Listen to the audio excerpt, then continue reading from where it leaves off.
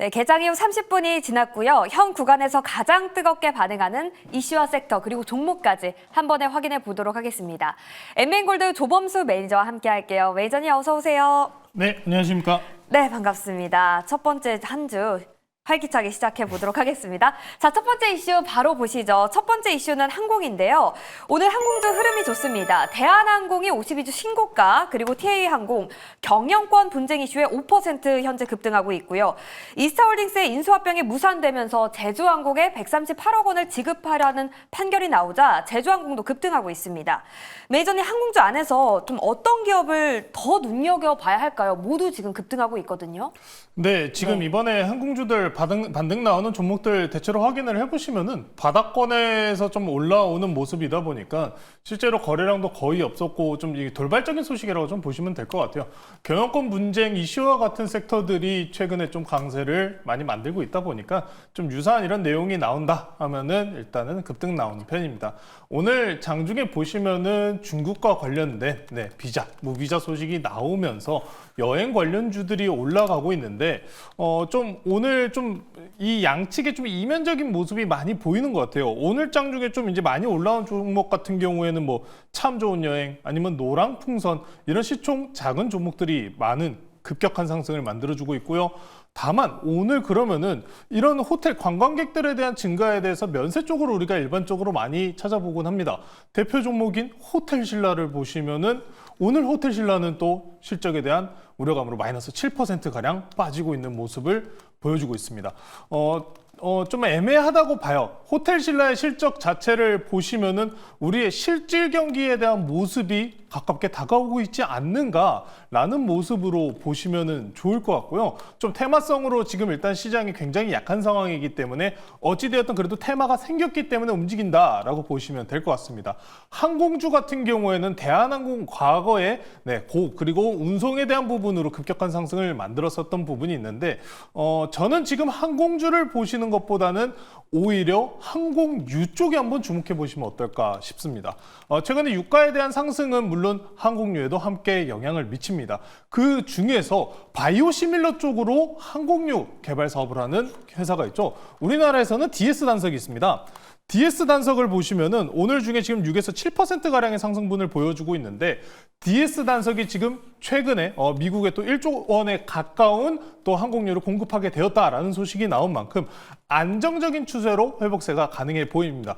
DS 단석 보시면 차트 보시면은 최근에 5일선 기준으로 강력하게 지지해주면서 강한 상승분을 만들어주고 있는데 오히려 지금 항공 섹터, 항공유를 보는 게 낫다. 유가 같은 경우에도 최근에 또 이란이 다시 이스라엘에 보복할 수도 있다라는 이슈가 계속 아직도 불거지고 있는 상황인 만큼 유가 관련주 내지는 이런 DS 단석과 같은 항공유, 바이오 시밀러 섹터를 한번 노려보시는 게 좋겠다라고 말씀 전해드리겠습니다.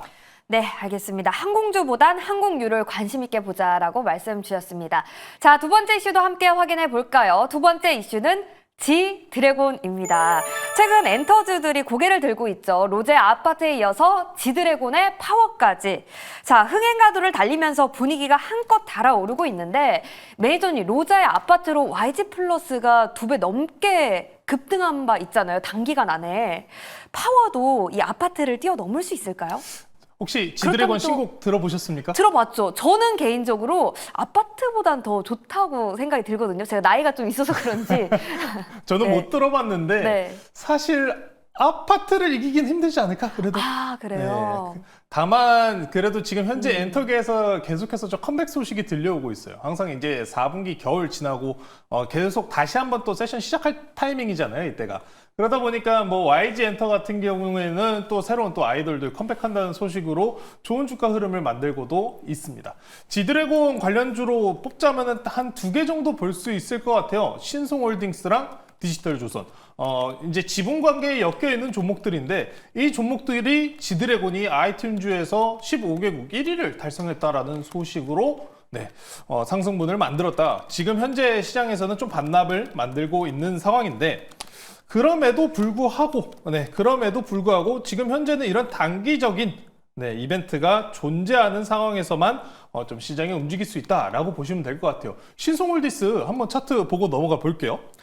신송홀디스 보시면은 최근에 이거일 간의 상승분 이후에 지금 단기적으로 좀 눌림을 만들어주고 있는 구간입니다. 현재 오늘 중에 마이너스 4%가량 눌려주고 있는데 지금 딱 저항대 구간까지 거의 다 도달하지 않았나라는 생각 말씀 전해드리면서 이런 장기적인 추세 내에서 이탈하지 않는다면 다시 한번 반등할 가능성은 충분히 열려있는 상황이니까요. 지드래곤이 과연 아파트의 아우성을 넘어설지 또 빌보드와 관련된 뉴스를 만들어준다면은 충분히 반등은 가능하고요. 지드래곤이 이제 또 세계적인 셀럽이지 않습니까? 그만큼 또 추가적인 뉴스도 나오고 요새 다른 TV 방송에서도 지드래곤이 많이 나오더라고요. 홍보 많이 하고 있는 것 같으니까 아마 추가적인 상승 가능성 한 번 정도는 더 짚어봐도 괜찮다. 차트 오늘 중에 눌림 구간 만들어주고 있으니까요. 눌림목 한번 공략해 보셔도 좋을 것 같습니다. 네, 지드래곤 파워 관련주 단기적으로 좀 더 추가 상승 여력이 있으니까요. 관심 있게 지켜보시길 바라겠습니다. 단 트레이딩 관점으로 접근하시길 유의하시길 바라겠습니다. 자, 세 번째 이슈는요. SK하이닉스 다뤄보겠습니다. 대만으로 건너간 한국산 반도체, 특히 SK하이닉스의 HBM 물량이 상당했다라는 이런 분석이 나오고 있습니다. SK하이닉스 그리고 TSMC, 엔비디아 이 거대한 유니버스 속에서 가장 선두에 있는 엔비디아가 또 다우지수에 또 편입되면서 AI 반도체가 대세라는 걸 다시 한번 확인할 수 있었는데요. SK하이닉스 이제 눌림목 완전히 다졌을까요?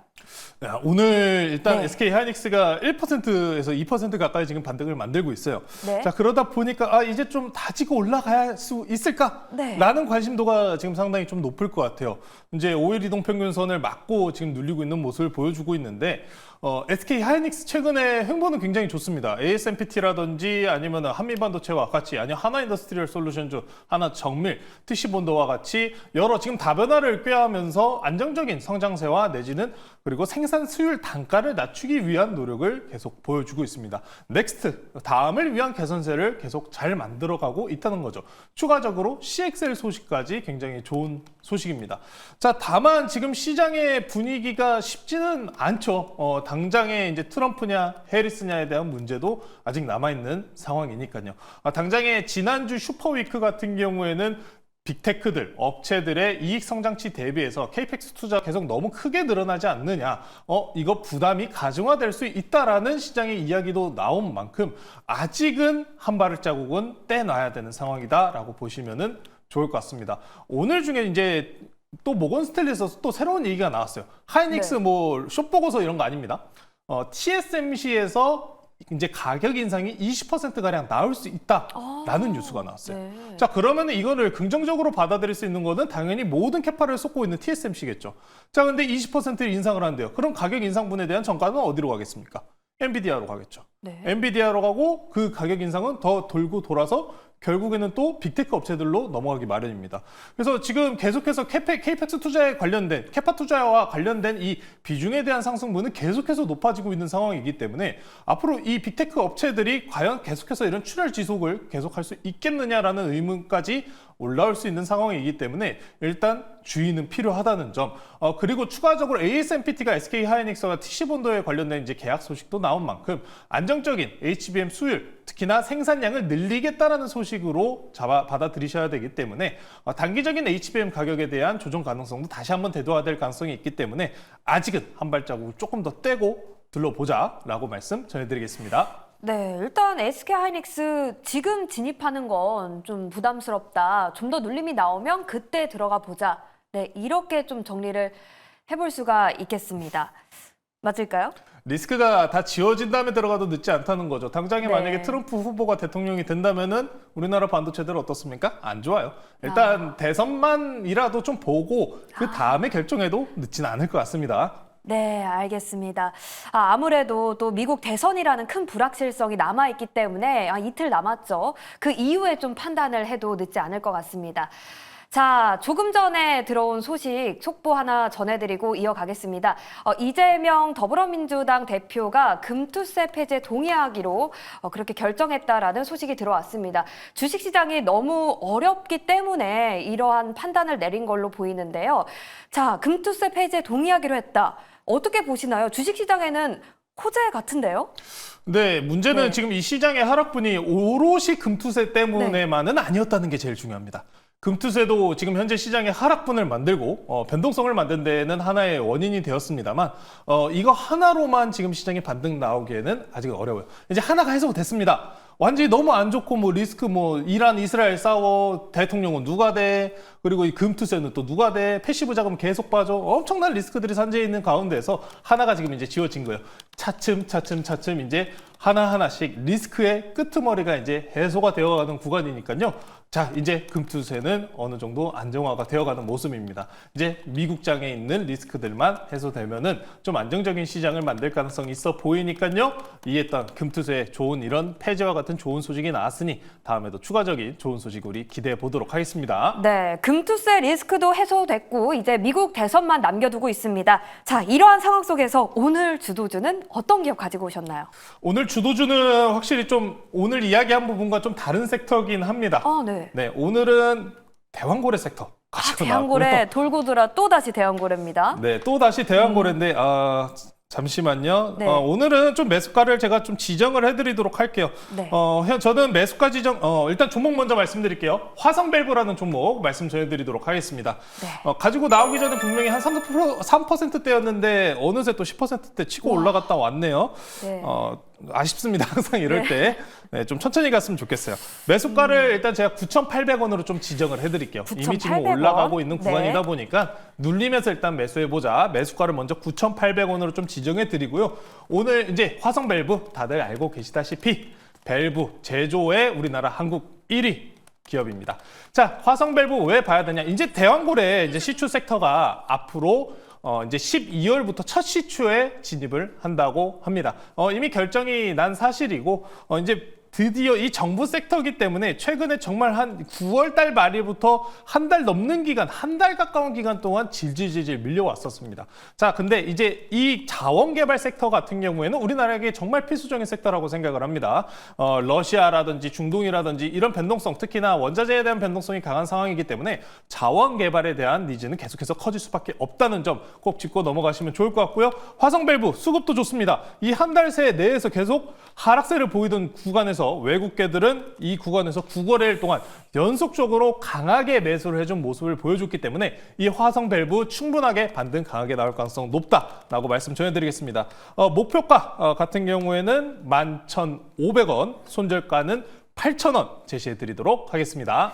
네, 조범수 매니저 정말 종목 보는 안목은 탁월하신 것 같습니다. 3% 상승했을 때 이 종목을 선택했는데 현재 10% 넘게 오르고 있다는 점, 가격 전략 확인하셔서 수익 꼭 내시길 바라겠습니다. 조범수의 주도주 투자 내일 다시 돌아오겠습니다. 시청해 주셔서 고맙습니다.